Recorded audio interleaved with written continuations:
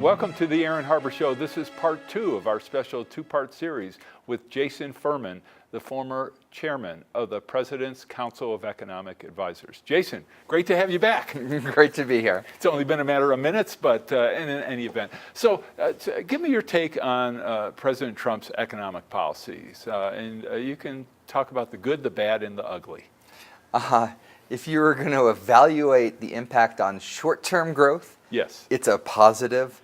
On long-term growth, it's a negative, and on working families, it's probably an even larger negative.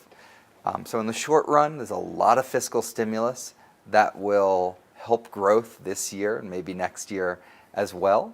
But then it will bring with it deficits, and those deficits will undermine and corrode growth in future years.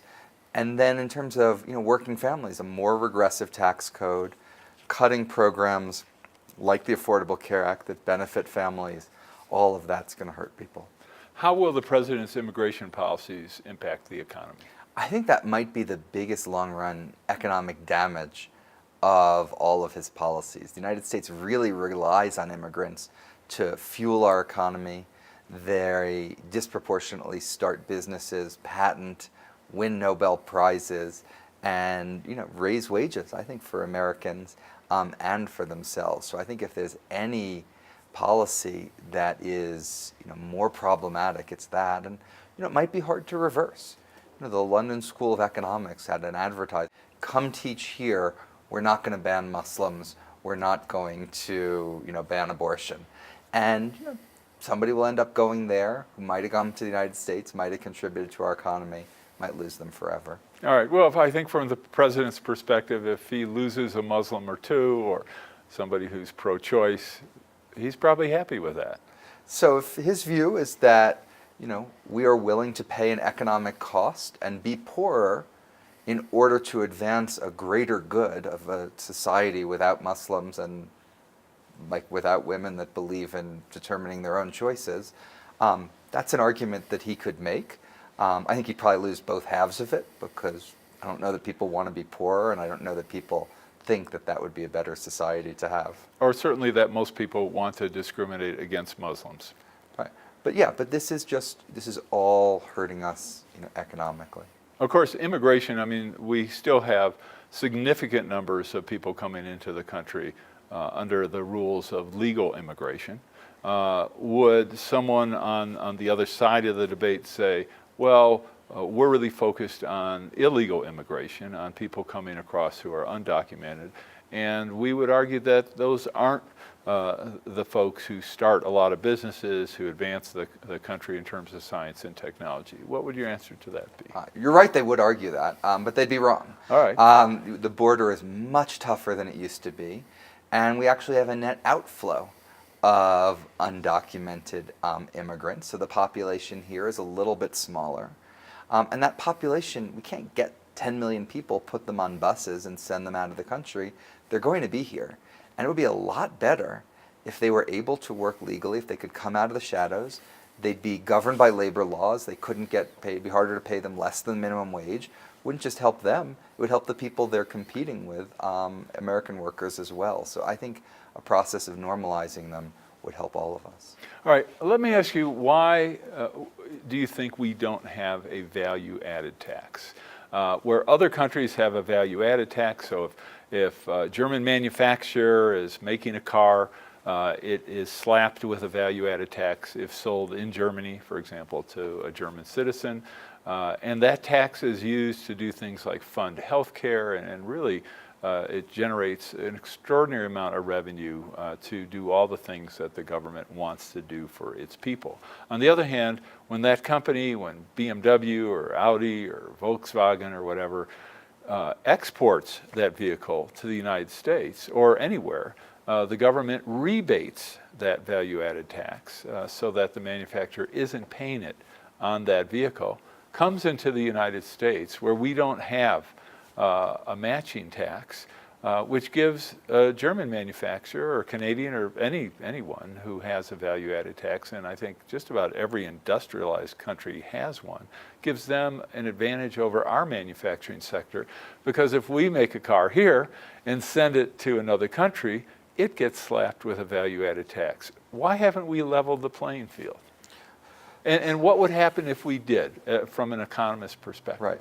So if you look at what's happened in most other countries, they've cut their corporate tax rates because they think it's hard to tax mobile capital, but they've raised their value-added taxes.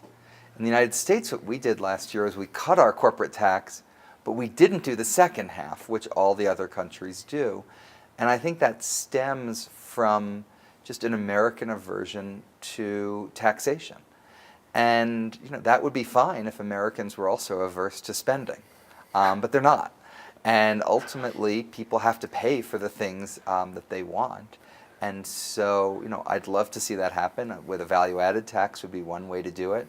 I'd be fully supportive of that. A carbon tax, I think, would be another great idea. I think there's other things we could do as well. But ultimately, people have to understand that if you want something, you're going to have to pay for it in some manner. That's interesting. You talked about the spending. Clearly, we're in a mode, and we've been in a mode. I mean, last time the federal budget was balanced, depending on how you define balance, but generically speaking, was under Bill Clinton, under President Clinton. And since then, it has yet to be balanced and is headed totally in the other direction. And many people for years have been warning about the dangers of a growing national debt, of deficits exceeding a certain percentage of either GDP or GNP.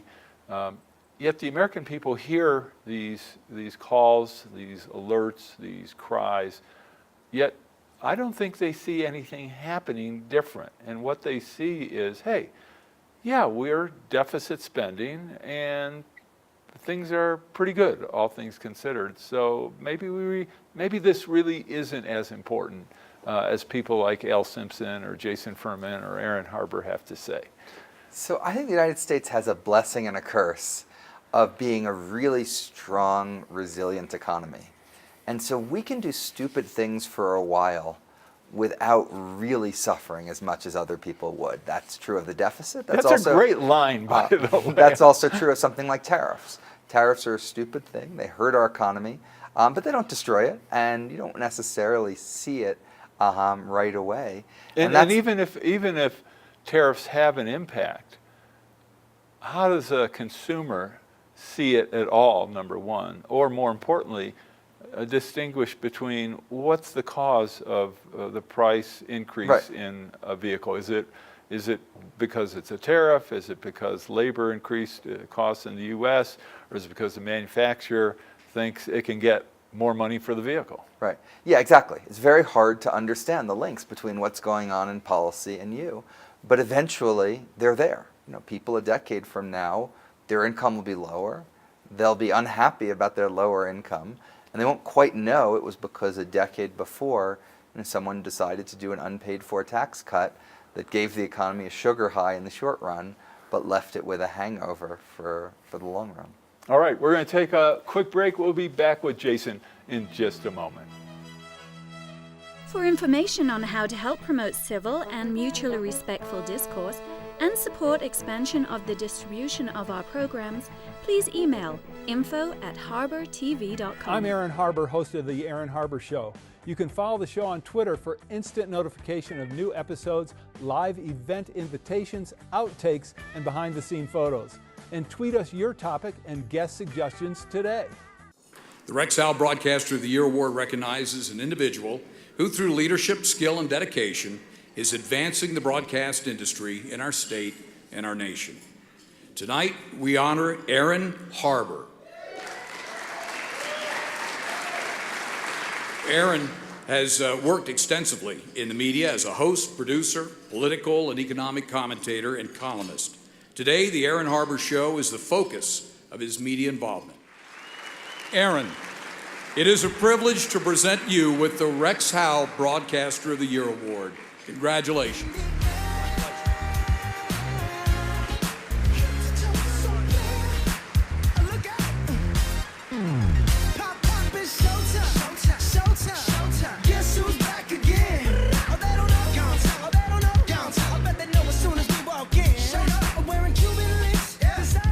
make journalism great again. I'm Aaron Harber, host of the Aaron Harber Show. I very much would like to hear from you about the program, so please send me an email with your thoughts. You can suggest what topics I should cover, what guests I should invite to be on the show, or even what specific questions you would like me to ask.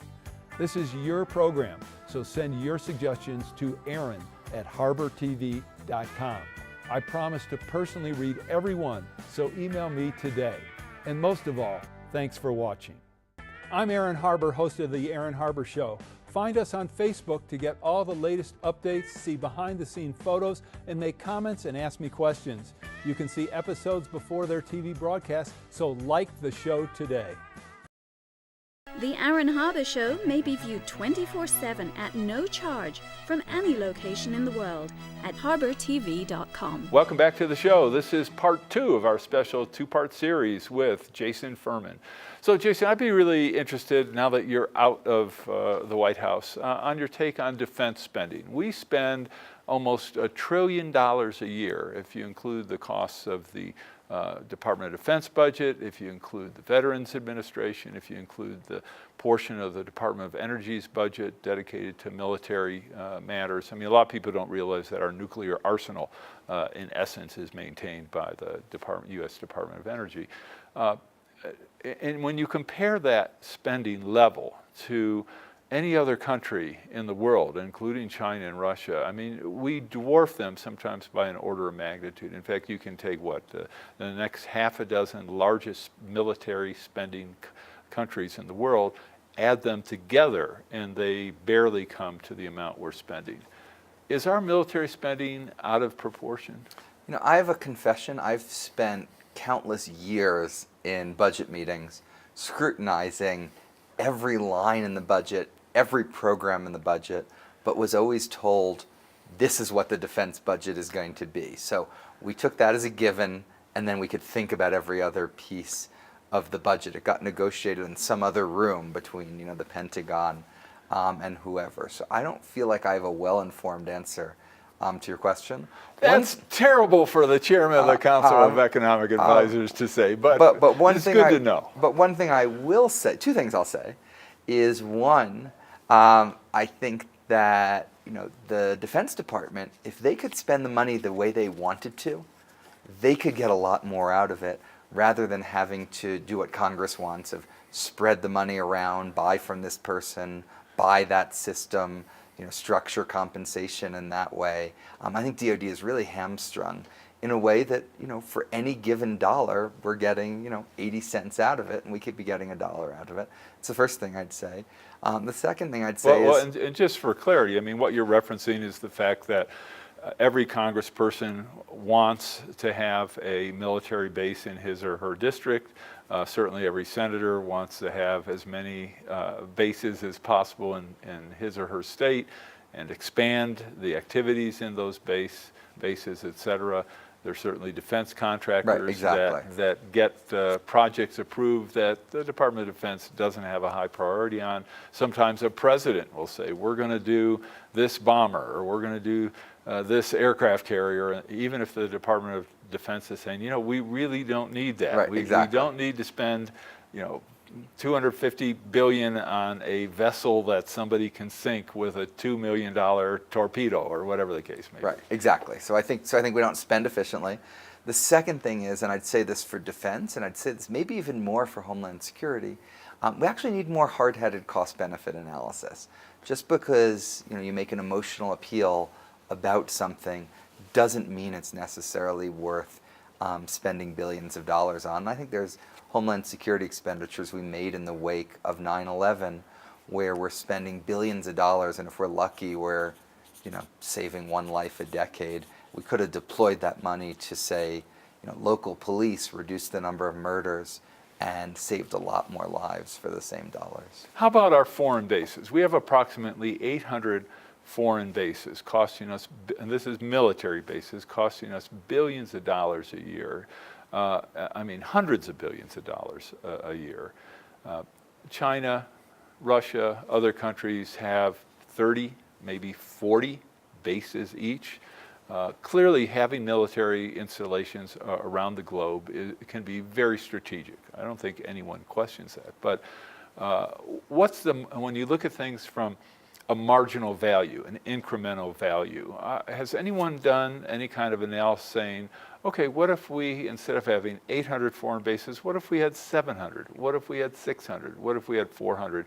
What would the difference be in terms of protecting America and being ready and able militarily between 400, for example, and 800 bases? Has anyone done that kind of analysis?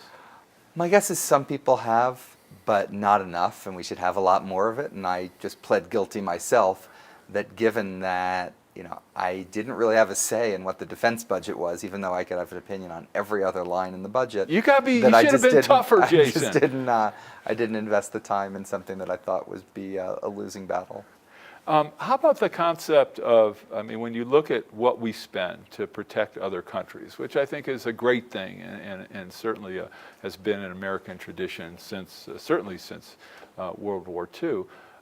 What about the idea on the revenue side of asking other countries to pitch in more for what we do for them? And as an economist, I'd be interested in what you'd say if countries, some of the responses were, well, we really appreciate the help of the United States, and we like having your military installation on our property or nearby, but we're not that excited about writing you a check or paying for it.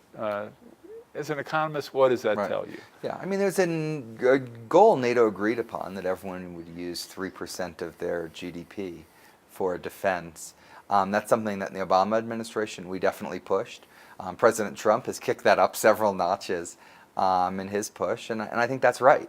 I don't think that's the most important issue. I don't think we should destroy our transatlantic relationship over a few $billion here and there, but I think all else equal, absolutely. I think other countries can afford to pay more for their defense than they're doing today. Then what kind of discussions were there, if any, in the White House about the entire concept of defense? That there are many people who argue that our whole approach to defense is totally or almost totally antiquated, that we're putting money into systems and training for wars that no longer occur, and that our focus needs to be on rapid deployment, on guerrilla warfare, as it were, on fighting terrorism, and maybe directing resources in ways that are more along the lines of non-military operations, building hospitals, schools, having relationships with countries that focus on what the United States can bring to that country in a positive manner, not just in a military manner. Yeah, no, there were a lot of changes in the defense budget over the 8 years that President Obama was in office.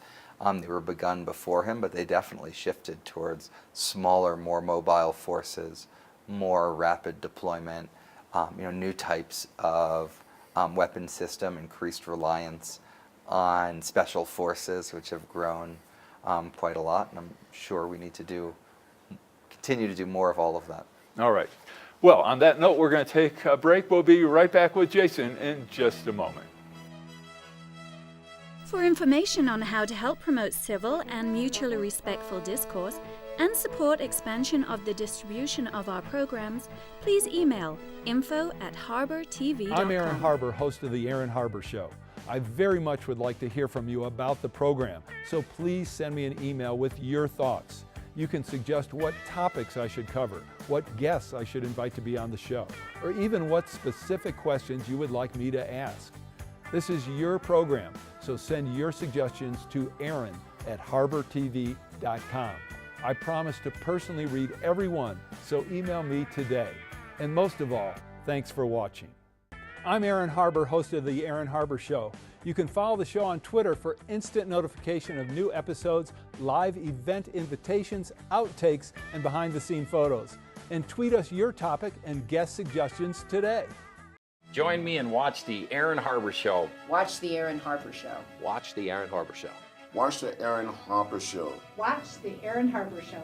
I'm Reverend Jesse Jackson. Watch The Aaron Harber Show and keep hope alive.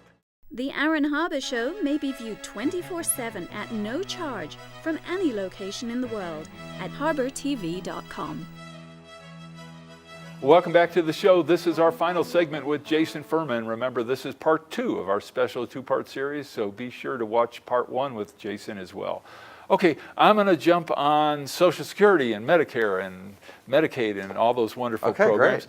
Why don't we means test the benefits that we give people, and in this sense, in terms of a compromise?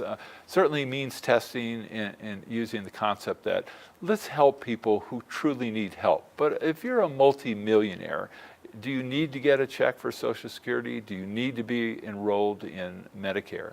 Number one. Number two, I'm all for saying to someone, hey, you've put money into Social Security, let's give you back a reasonable return. But the return that most Social Security recipients get on their investment is extraordinary. So number one, talk about that briefly. What is that return typically? And same with Medicare.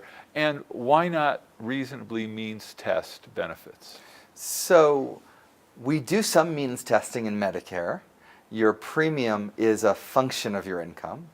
In Social Security, we don't do means testing, but it's progressive. If you made $150,000 a year, you're going to get a smaller benefit per dollar you put in than if you made $15,000 a year. So it's a progressive benefit. I think you could do more of both of those, more of that progressive benefit in Social Security, more of the means testing in Medicare. But I don't think you want to kid yourself about how much money you're going to save from it. If it's just about multimillionaires, there aren't that many multimillionaires. They're not getting that much from Social Security and Medicare. So maybe we don't like that, but you could do all of that, and you'd solve just less than 10% of the financial gap. In terms of the return to Social Security, it really varies quite a lot, and you don't want to compare it to normal financial products. This is a great product. If you need a survivor's benefit, it's there. If you become disabled, it's there. If there's a bout of really high inflation, it adjusts automatically. So it has a lot of features that your bank account can't replicate that are really quite valuable above and beyond the rate of return. I'm astounded by the percentage of older Americans who are extraordinarily dependent on Social Security, that there's so many older Americans who only have Social Security, which isn't even at the maximum amount, that much money. That's their only income. Does that concern you? What could we do about that? Yeah, no, we do have, I think it's more than half of seniors get more than half of their income, and a decent fraction get almost all of their income from Social Security, and it's not that generous, especially compared to other countries. I think one that speaks to any Social Security solution is going to have to put a lot of weight on revenues so that we can preserve those benefits to the greatest degree possible. But second, I think the most important thing we could do is to help people save more for retirement. If you have a 401k or a pension at your workplace, that's great, but about half of workers don't. And to make sure all of those workers had some easy, automatic way to save, like the people who get it from work too. So I was at the Department of Treasury on a visit when they were about to roll out, and they announced, did a pre-announcement of a program called My IRA, and I don't know if you're familiar with it. I'm very familiar with it. Which I thought was a great concept, where though it was, I thought, far too limited, but the idea was to get people on a track to start putting money into a retirement account. However, it was extraordinarily limited. The maximum your account could have was only $15,000, which seems like a joke, but that's another political issue. And that program seemed to have imploded. Why didn't that work, and why didn't we have a program that helped people set goals where those numbers could have been more like not 15,000, but 150,000 or 300,000 or whatever? Right. So that, because there was no cost right. to the citizen, to the consumer, of doing the program. It was just a great idea. Right. So what that idea came out of was President Obama had a proposal that actually has bipartisan support in Congress, but still never passed, called automatic IRAs. And it said everyone in the country is going to get an IRA. Everyone in the country is going to have their paycheck automatically deposited into the IRA, unless you fill out an incredibly simple form, write a line. And not their paycheck, but a small percentage of the paycheck. Very small percentage of the paycheck. You were scaring people. Right. And you could get the money out if you wanted to early. You could decide not to do it. But for people who just, are just following the easy course in life, not making a lot of decisions, it would go there. And we were faced with the question of, once you put the money there, what would you put it in? And we came up with a My IRA plan for that. So if you'd done those two, the legislative proposal that would give everyone a retirement account, plus the My IRA, which gave you a great thing to put into that account, then I think it would have been millions or tens of millions of people. We ended up not being able to pass the legislation. We did the smaller thing on our own, and that just didn't have the take-up and ultimately wasn't sustainable. All right, we only have a couple minutes left. Some rapid-fire questions. Great. We've been talking about tax policy, economic policy, rules, regulations. Is there any agency in the United States government which studies the tax policies, the tax regimes, and the kind of social benefit policies of other countries? So the Council of Economic Advisors, which I ran, definitely spends a lot of time on that, and we're the lead agency at an organization called the OECD in Paris, where we compare the experiences of different countries. All right. In terms of STEM education, I mean, we talked about it, somewhat obliquely. Do you feel a need for the country to refocus on STEM, especially in terms of involving girls and young women? So I think STEM is great. I think more STEM for girls and young women is great. I worry, though, that there are some people who are trying to put maybe too many chips in that basket when we also need to teach people soft skills, management, interpersonal relations, and personal self-responsibility, all of which are very hard to teach, by the way. I'd be really interested in terms of your Washington experience, which is very extensive, of your take, you don't have to name names, on how much members of the House, members of the Senate, and even cabinet secretaries, cabinet members, understand about the economy and understand about economics. So I would hate to teach a class of them because they're enormously varied. If they were all bad at economics, that would be great. I know how to teach that. If they were all great at it, I know how to teach that. There's some members of Congress, some members of the cabinet who are really smart, really thoughtful on these issues. And there are others who are rather lacking. And how would you assess, and I'm not saying based on your personal interaction, the economic knowledge of our current president? I don't know what his knowledge is, but his level of curiosity seems to be somewhere between 0 and nil. And why do you say that? Because he has a view that as a businessman, he doesn't have anything to learn about public policy. But public policy and what the government does is actually very different from what a business does.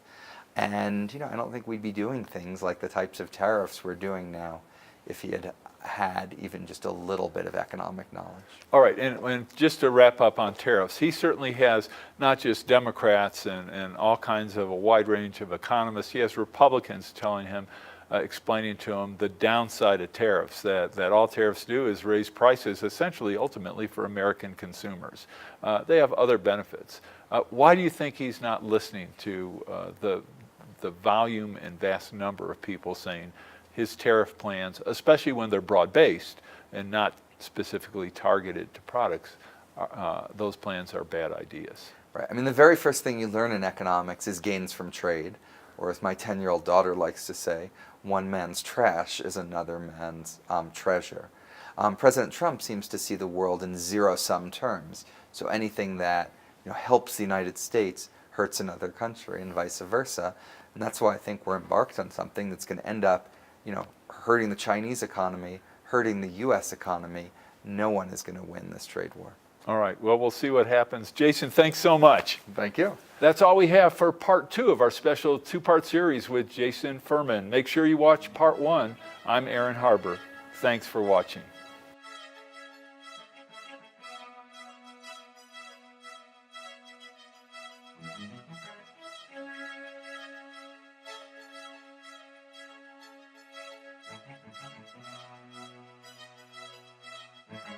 Please contact us. We want to hear from you. And thanks for watching.